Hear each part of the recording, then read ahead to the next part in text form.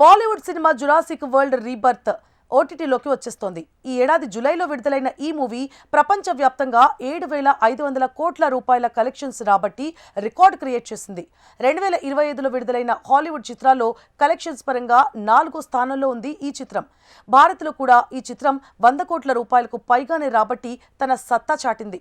అయితే గత చిత్రాల ప్రభావం వల్లే ఈ కలెక్షన్స్ వచ్చాయని, రీబర్త్ పేరుతో వచ్చిన ఈ సీక్వెల్ అంతగా ప్రేక్షకులను మెప్పించలేదని రివ్యూలు వస్తున్నాయి. గారెత్ ఎడ్వర్డ్స్ దర్శకత్వం వహించిన ఈ చిత్రంలో Scarlett Johansson, Jonathan Bailey, Mahershala Ali కీలక పాత్రలో నటించారు.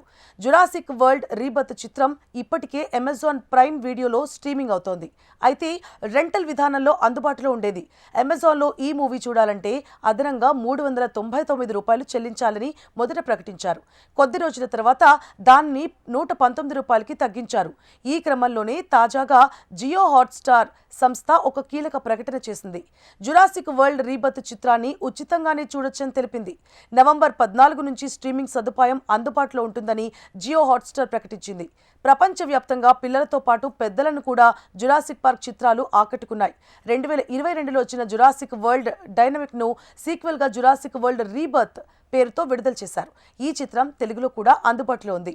విజువల్స్ తో పాటు కొన్ని థ్రిల్లింగ్ గురిచేసే సీన్లు ఉన్నప్పటికీ ప్రేక్షకులను మాత్రం పెద్దగా మెప్పించలేదు. కథ మొత్తం సాగతీస్తున్నట్లుగా అనిపిస్తుంది.